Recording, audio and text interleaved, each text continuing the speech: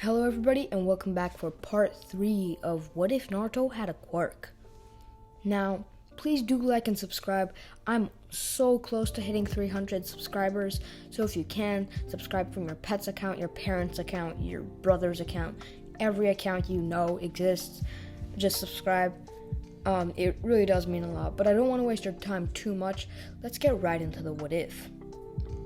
So basically, last time we left off, Naruto and the rest of Team 7 had just finished their mission at the Land of the Waves, and they just came back. So after telling Hiruzen that the mission was definitely harder than the C-rank mission, and they had to face off against people like Zabuza, so the mission was at least B or A rank. And and Hiruzen did end up paying them appropriately. So yeah, after getting their pay, all of the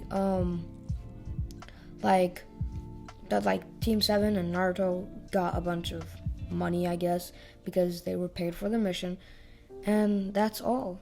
Also, after they went out, Kakashi decided to call them all in to tell them an announcement, and he told them about the Chunin exams, and that the Chunin exams were going to be happening pretty soon. So, all of Team 7 was like, yeah, totally, why shouldn't we compete? And Kakashi was like, yeah, I expected you'd say that. And so, it became official. Team 7 was going to compete. And so, yeah, Kakashi told them that they have about, a week to train. And after that, the Chunin exams are going to start, at least the first part. Because, they have a 1 month training time before the final exam. So, they have 1 week to train for the first 2 parts, I think, yeah. And yeah, that's basically what he says, and tells them to go train. Now, when Naruto heads back, the first thing he does is try to train his quirk, because recently, when he accessed the Nine-Tails chakra, he had full control over his quirk and saw the entire Nine-Tails avatar thingy, quirk, whatever it's called, for the second time in his life. So basically, the first thing he does is just starts training his quirk to see if he can control it in some way. And last time Kurama saved him, he didn't really remember how that felt, and he couldn't replicate it. But this time, when he was able to control the Kurama avatar, he fully made sure to remember that experience. And so he kind of knew how it felt, and so by trying to replicate that feeling, he was able to make way much more progress when trying to summon the Nine-Tails, being able to create the entire head very consistently. So for the whole week, that's all Naruto did, using his Kurama quirk to just training his Kurama quirk. And after that, the entire week just flew by. Naruto, it felt to him like it was just a tiny amount of time, but in fact, a lot of time. The entire week had already passed, and it was time for the Chunin exams. And although Naruto would have preferred more time to practice and train his quirk, he was not able to receive any of that time. So, on the day of the Chunin exams, they went to the Chunin exam arena place area, whatever it's called. And right off the bat, Sasuke saw the Genjutsu. It's really obvious, and both Sasuke and Sakura were able to notice it. So, they were just yeah, we don't really need to do this right now. Let's just go upstairs, because this is clearly a Genjutsu. And so they went upstairs, and the instant they went up there, Rock Lee was like, Sasuke, I challenge you. I want to fight you to prove that I am a great ninja. Oh my god. I'm sorry if my impression is really bad, but yeah, so Rock Lee does his whole thing, and Sasuke ends up saying no and deciding that he should probably save his energy for the tuning exams and says, "We can fight later in the final exam. Don't get out by then." And Rock Lee is like, "Don't worry, I won't be eliminated at all. I will pass." And he does, like, Rock Lee does whatever Rock Lee does, pointing that big thumbs up towards Sasuke, and Sasuke is like, "Yeah, whatever, come on, let's go, guys." And they head over to the waiting area. Now, in the waiting area, they don't really encounter Kabuto, nor do they need to, and they just wait until Ibiki arrives and explains the first part of the tuning exams. And he explains that the first part of the tuning exams will be a written exam, and everyone just groans. Like, nobody likes written exams, but I guess if it's necessary to pass, they might just as well do it. So everyone gets into their places, and Ibiki explains how first he's going to give out 9 questions, and to pass they have to get at least one of them right. And then he's going to give a 10th question that he'll explain later. So everyone gets their papers, and Naruto looks at his and sees the first question, as he realizes that this is extremely difficult. I mean, he knew that this would be difficult, but not this hard. As he decides to skip the question, trying to look at the other one. After all, he only has to answer one of them correctly. And looking at the other one, it's almost harder. He skips that, saying he'll return to it, looks at the next, seeing that they only get harder in difficulty. And the first question, which is already extremely hard for him, it's like impossible for Naruto to do, is his best bet. But Naruto realizes if he actually wants to pass this exam, he's gonna have to cheat. After all, they said if you get caught 5 times cheating, then you'll be eliminated.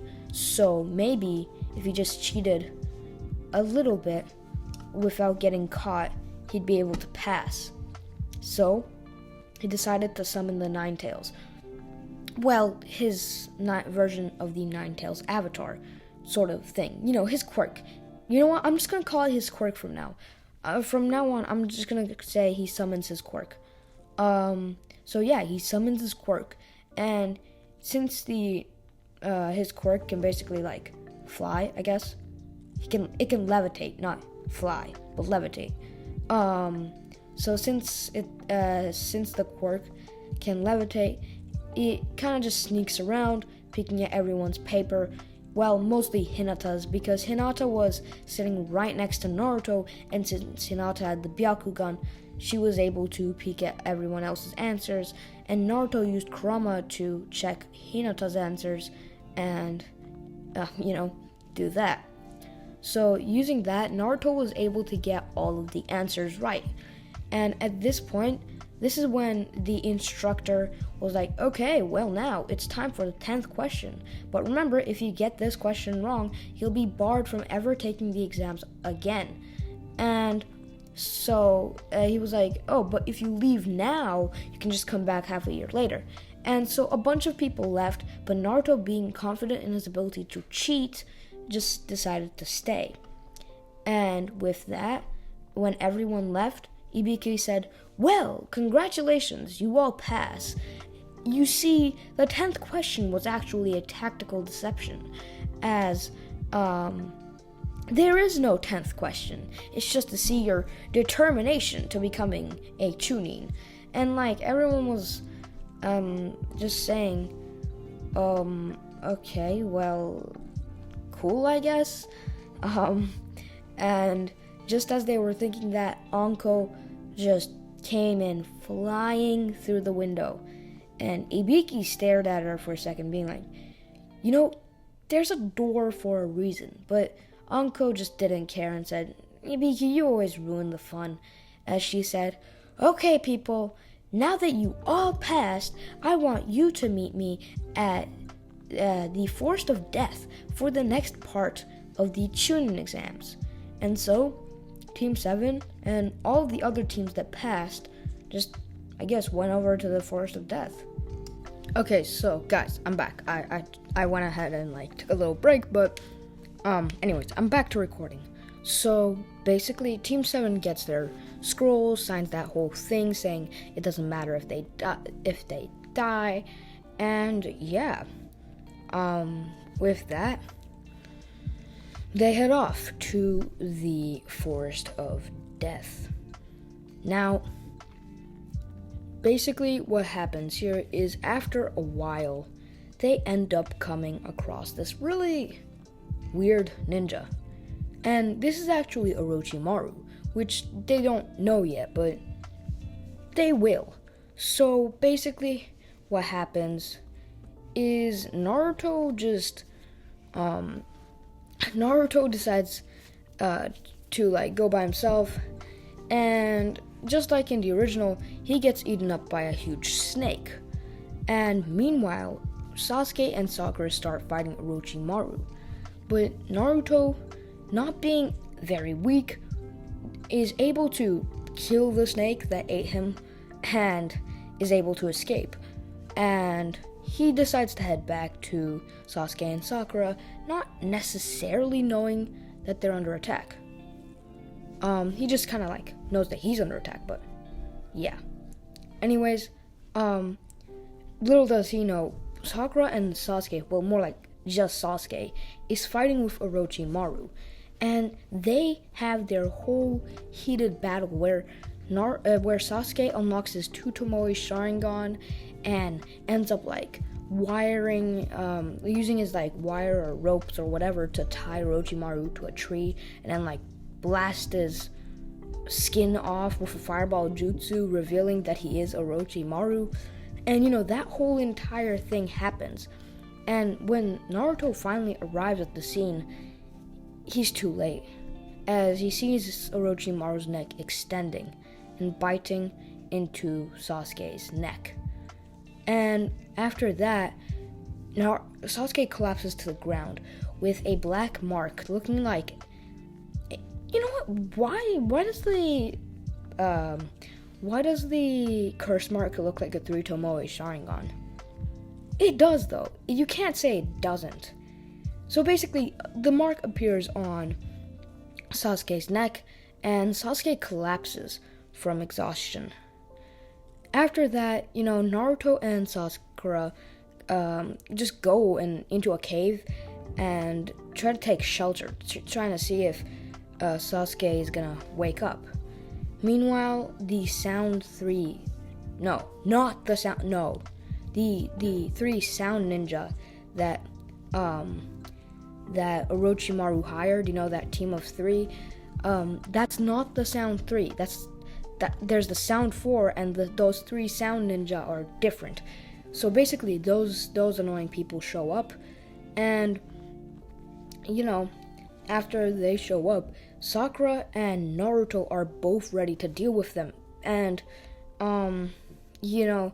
because this time Naruto didn't pass out fighting Orochimaru because he was late and wasn't able to fight Orochimaru at all.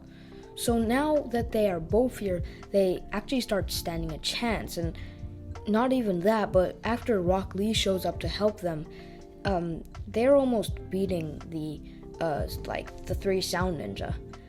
Although, it's pretty even until Sasuke wakes up. And when Sasuke wakes up, he comes with insane power from the curse mark. And so basically, Sasuke is literally just way too OP for all of them, and just like in the original, is able to destroy those 3 sound ninja, breaking the arms of one. And after that, they take their scrolls, realizing that it's the one they're looking for, and are able to head off to the finishing area, I don't know what it's called, and be like, oh yeah, guys, we finished.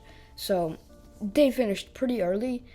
Actually, no, they finished average. It took them a while, I'm pretty sure.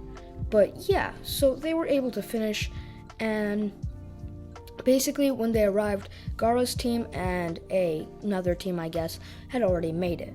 So they weren't the first for sure, but they were among the top, I guess.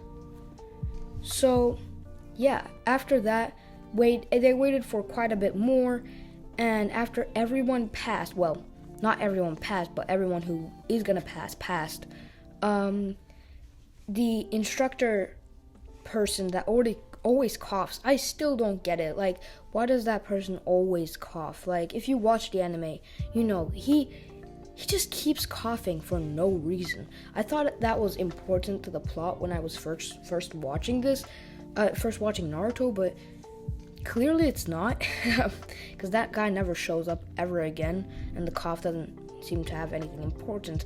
But sorry for going off on a rant. That guy who always coughs announces that there's going to be preliminaries, because there are way too many of the ninjas who are trying to move on to the final stage, and they can't have that happening. So basically all of the battles go the same. So the Sasuke battle, the Sakura battle, the Rock Lee battle, all of the battles are the exact same as canon, except for the one with Naruto. Now, in the fight of Naruto versus Rock Lee, basically what happens is Neji. No, not Neji. Oh my god, I am literally so dumb. I am sorry, guys.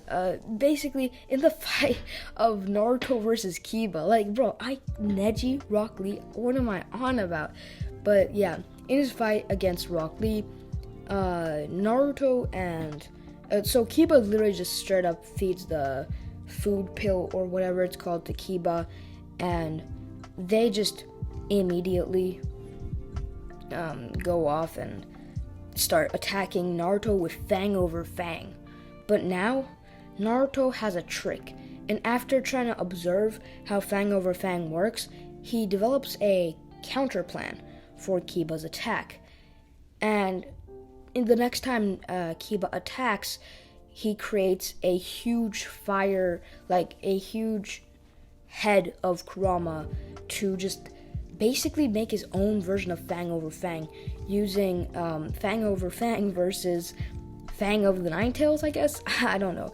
And basically, they just clash against each other head on. And although there isn't a clear winner, Naruto's quirk is just a little bit stronger. And the Kurama head disappeared, but Naruto's advantage here is that if anything happens to his quirk, nothing happens to him. So, although his quirk and Kiba took equal damage, Naruto didn't actually take any damage to himself. So, Kiba was pretty badly injured, and Naruto didn't have a single scratch on him. Well, maybe a bit of a bruise from the previous Fang over Fangs, but yeah. And after that, Naruto was able to defeat Kiba pretty easily using that ultimate clone barrage, or whatever he called it, to get the final blow. And with that, the preliminaries were over, and the instructor said that they have 1 month to train and get stronger before the preliminaries start.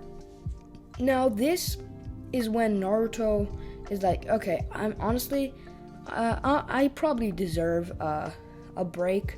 I mean, I'll train my quirk later, but for now, I just want to go to the hot springs, take a break a little bit. And on his way to the hot springs, he sees Jiraiya, although he doesn't recognize him because Naruto doesn't know who Jiraiya is. And he just sees someone peeking into the hot springs, and he's like, "Hey, old man, what are you doing?" And Jiraiya turns around being like, "Me? I'm doing research."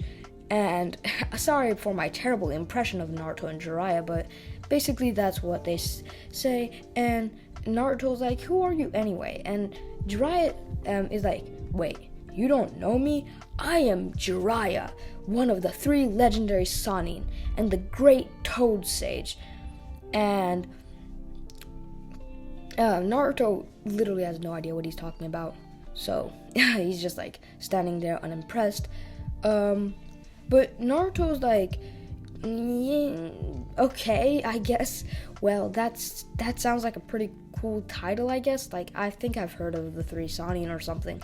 Like, can you train me?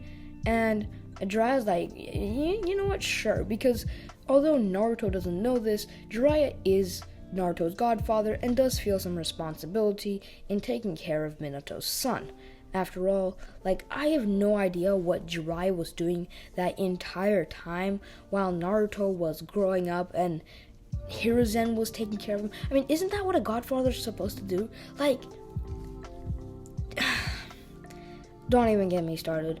But yeah, Jiraiya decides that it's the best he can do, so through the 1 month break, Jiraiya ends up teaching him the toad summoning, and except for that, they also, Jiraiya helps Naruto work on his quirk, which does surprise Jiraiya because he's never seen any sort of ability like this from any Jinchuriki, but he just assumes that this is normal and that it's part of being the Nine-Tails Jinchuriki that this sort of thing happens, but Jiraiya doesn't really know. But all he does know is that he should probably help Naruto control this quirk just so that it doesn't get out of hand or, he has better control of it. Anyways, the entire month ends pretty quickly. Well, at least that's how it feels to Naruto. But if he is sure about one thing, it's that he's made incredible progress over this time training with this Jiraiya person that he's probably gonna like.